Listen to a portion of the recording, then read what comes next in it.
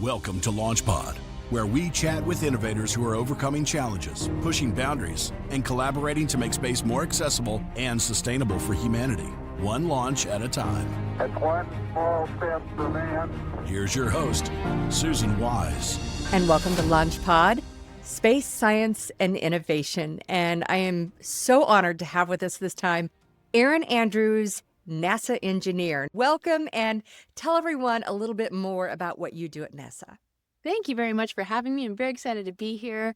And what I do, so specifically my job title right now is Human Performance Engineer. And the team that I'm with, we are researching human performance specifically for spacewalking on the moon.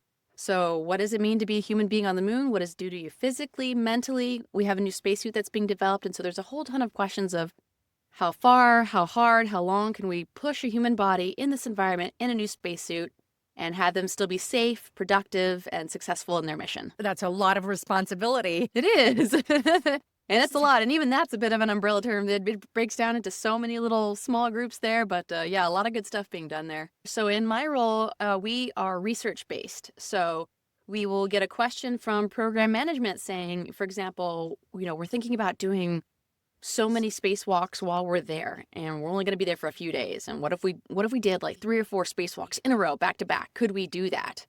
And what's that going to do to the human body? Could they take it? And at first you're like, oh yeah, they could totally take that. But then you start asking yourself, like, is that going to be really mentally demanding? Or are they going to start being just so overwhelmed that they're not going to be able to make safe, logical choices? It's certainly going to be physically demanding. Working in a pressurized suit in a vacuum environment is hard work. And we've got a lot of experience from the International Space Station doing spacewalks there to have enough knowledge to say, yeah, that's even just one day. That's a hard day's work.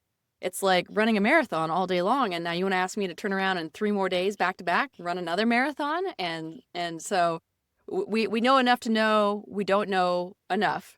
And now we're going to design experiments to actually get some hardcore answers. So we have a much better idea. So we can go back to program management and say, okay, we designed an experiment. We had test subjects come in and they played astronaut for us under these conditions. And here are the results that we saw. And maybe it's things that, yep, that tracks with what we were expecting. And then there's going to be things of, oh, wow, nobody expected this result. And that's going to be one of those like, okay, we need to maybe wait and think about this, or just this adds a whole new element that we hadn't considered before. So yeah, lots of unknown questions. It's the not knowing what you don't know paradigm. Is this for Mars? Is this for Right Mars? now, we are focusing exclusively on the moon. Okay. But the idea is that we're going to the moon to learn as much as we can to then enable us to go on to Mars. Because I think most of the scientific community is in agreement that the moon is a great testing ground for going extraterrestrial. Okay. So in your experiments or in your training, have you ever had just a moment where you went, yes, or your aha moment, a breakthrough, something that you're really, really jazzed about? Oh gosh, that's a fun question because I've had 17 years of total experience at NASA, and I worked on many different groups. Prior to this job that I'm in now, I spent the better part of a decade training astronauts how to spacewalk. So I'm an expert in the spacesuit and training the astronauts how to do it, and then watching over them in mission control. And there have been many just individual aha moments where maybe I found a better way to connect to the astronaut and explain something that was maybe technically difficult to understand. But now I found the right phrasing, and it's like, light bulb for them. Now they get it. Now they understand the system and what's at stake. This new position that I'm in, I've been here for a little less than a year now. But even then, this one project that I'm working on where we're looking at basically how many EVAs could we cram in there. And it's starting to coalesce. It started as this kind of a vague, broad idea. And now we're narrowing down on all the individual details of how are we actually going to do this. And as of late, this last couple of weeks, we've had quite a few like, aha moments. And then just today, actually, we were looking at some ideas, some inspiration for our astronauts are going to be doing some experiments and payloads on the moon. So what should that be? And we got to go tour some payloads that are actually being designed for the moon. And we saw them. And my team lead and I, we looked at each other like, oh, that would be a good one. That's a really great one that'll fit in our timeline scenario. So we're like diligently taking notes and like, okay, let's work that into our storyline because we're building a story for our test subjects.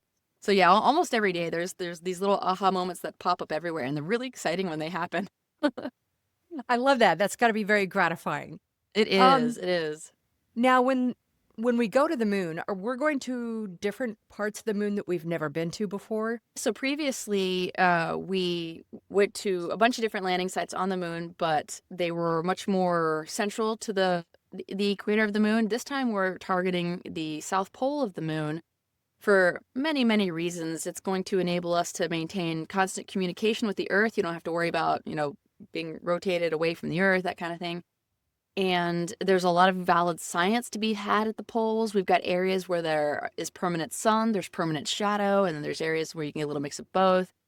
And so that for every one question we answer, it spawns off 10 more because of scenarios like this of, okay, but now we're going to be in this environment. So how is that going to change? Like, well, back to the lab, run another science experiment, and let's find out. And then we answered that. But in the process of answering that, we just uncovered 10 more. And it just becomes this exponential. Sometimes it gets a little overwhelming, like, oh my God, we're never going to answer everything. But we're going to get a much better idea than where we were. And with that, we'll get confident enough to accept the risk, go back to the moon, and then, gosh, once we land back on the moon, we're going to learn so much. And for every one question we answer, we're going to have 50 more because now we're actually there and in the moment and a real human being having a real human experience. And it's going to be incredible. I'm excited. That's going to be an amazing ride. What has been your biggest challenge, and how did you overcome it? Personally, I'd say for me, for a long time, I really struggled with I want to say confidence was a big deal. I remember growing up through high school, through college, and even in the early stages in my career, and honestly, even up through till today, where that nasty little voice in your head is just talking to you saying, oh, you're not good enough. You can't be one of those nasty people. They're rocket scientists, they're geniuses. And who are you? You're not that. And Oh, come on, you're a rocket scientist. I know, right? That's what I have to tell myself, like, shut up. You've been here for 17 years. What are you doing? But yeah, I think back when I was much younger as a student and I'm facing academic challenges because like I was struggling with math. And I'm just thinking, my gosh, if I can't get this, I can't work at NASA. There goes my whole dream. And you start spiraling. Yeah. And so I was very fortunate to have teachers, family, friends who were there to push me during my most vulnerable moments when I'm willing to accept defeat for myself, but they were not. And they're like, absolutely not. Get your butt back in there, study harder, take that test again if you have to. You're not quitting on yourself because you're good enough to do this. And I think finally I started to believe it. I started to get my small successes here and there that started to add up. And I actually started to believe myself like, oh my gosh, this might actually be possible. And then that bit of positivity starts to feed and you start to grow in that. And I'm much better now. I'm a lot more confident. And anytime I start to feel myself trying to pull back because I'm scared of what's just been presented in front of me, and I start thinking, oh, I don't know, this is too big. I don't know if I can do this. And I tell myself, no. Think of all the success we've had in the past, all the other times that I pulled back because I was scared, but then we pushed through and it was amazing. And now here I am. So like, let's just do it again, roll it again, Well, let I me tell ask people you this. when you climb the mountain, it's just one step at a time. You don't have to climb the whole mountain at once, but you're going to climb little peaks and valleys on your way up.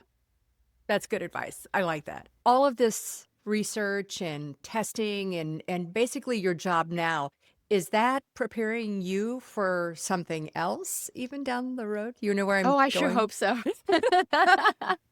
Yes, it's no secret. I would love to be an astronaut myself. That was the original inspiration when I was a kid. I want to be an astronaut when I grow up, and I still do. And I'm very fortunate that I've had the pleasure to train many an astronaut. And as a result, I've gotten to have a lot of the same experiences they've had, such as I've been in the spacesuit. In order to be a good instructor, I need to know what I'm talking about. And so I've got to do a lot of these things where I get to simulate an astronaut's lifestyle and their work experience. And that's been incredible and has only fueled my passion further. And so I have applied, I think, 4 times now, been rejected 4 times now, but that's okay. That's very normal. I'm still very young in the grand scheme of things when it comes to astronauts. So I'm just going to keep my head up and get lots more experience and get that resume bulked up even more. I think your lucky number will be 5, okay? It's my favorite number. Lucky number 5. It's my personal favorite. So let's go for that. I like that thought. I'm putting that out there for you, Eryn. And I've often said, even if it doesn't happen, I'm okay with that because of the incredible things that I've gotten to be a part of here at NASA and the things that I've gotten to achieve personally, professionally, as a team member. And it's just really cool. It's something I can definitely hang my hat on at the end of this career. Now, I did read about you a little bit because your parents were in the military. Yes. So you were in Florida and you're from the Philippines? Yes. You were born, I had Yeah, no so idea. yeah, a little bit of everything. Yeah, people ask me, "Where are you from?" I'm like, Big one. I grew up in a half a dozen different places." And yes, my parents were both Air Force. They met stationed together in Montana. Mhm. Eventually, my dad got assigned to the Philippines, and then that's where I came into the scene. And then we came back to the States, and I bounced around stateside, yeah, about a half dozen different places, one of those being Florida in the mid-90s. Was it And that during shuttle launch? the prime of the shuttle. Yep, Yes. exactly. And I remember it was 1993, and I'm like 8 years old, and my parents had taken my sister and I out to the causeway, and they explained, hey, if you look off in the distance there, that little thing out there, that's a rocket ship about to blast off. These people called astronauts are going to go into space. And that was an incredible experience to see. And of course, living in Florida, going to school there, you're taking so many field trips to the Kennedy Space Center and watching videos of astronauts floating around and playing with their food. And what kid doesn't look at that and go, that's awesome? And for me, that was an easy pick. Like, yep, done. Sign me up. And I never wavered from it. My whole academic career was always, I want to be an astronaut. We took some scenic routes along the way. I thought maybe I wanted to be maybe a doctor astronaut at one point, or various other forms of science or engineering. But finally, it's coalesced into engineering, and still with that focus of hopefully someday an astronaut. Yeah. All of this is just preparing you for that. Yeah, I like to that think big- so. Mm-hmm. Yeah, so I mean, when they come to be like, all right, who wants to be an astronaut? I can be like, I've got like at least half the requirements and experience, so I kind of got a head start here. Like, come on, man, put me in, coach. Do you have any advice or a resource that you'd like to share with everyone before we wrap up? I always tell people, do not be afraid of failure. Failure has been a big and important part of my journey. I have failed so many times. I have failed tests. I have failed exams, and so many benchmarks where it was really easy to just throw my hands up and say, I'm not good enough. I'm clearly not good enough. But failure was good because we learn a lot from our failures. I know at NASA, we like to joke that failure is not an option. But when it comes to at least the path that I took, failure was totally an option, and it's okay, and it doesn't have to be the end-all be-all. So if you're striving for something, no matter how big or small, it's okay to fail at it and then come back again, reassess, learn from that lesson, and try again and fail again. And that's okay too. Just keep going, and then eventually you're gonna succeed. And then, like I said earlier, you start having these successes that you build on, build on, build on. You'll have those peaks and valleys. You're going to have a setback every now and then, and that's okay too, because even mountains have valleys. So you just keep going up. It's an opportunity to learn. Yeah. And you're going to be amazed at what you discover. Nobody's path is linear.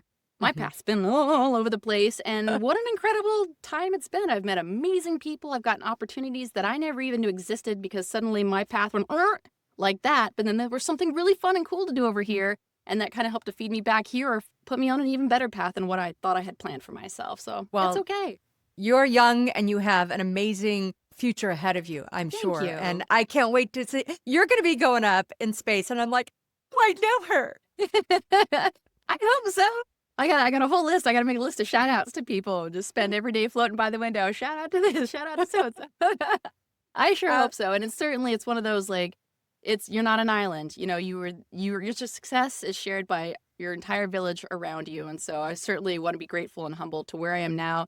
And I sure hope I can thank them from space someday. That would be an incredible opportunity to show my gratitude. Well, speaking of gratitude, we're very thankful that you joined us here today on LaunchPod and Thank shared your you. experiences with us. Eryn, thank you so much. Thank you. It was my pleasure, truly. Eryn Andrews, NASA engineer on LaunchPod. And if you enjoyed this episode, we'd love for you to leave us a review, subscribe, and until next time, keep looking up. Don't miss an episode. Subscribe on your favorite streaming platform. Watch us on YouTube and follow us on social media. Stars LaunchPod, propelling us forward, one launch at a time.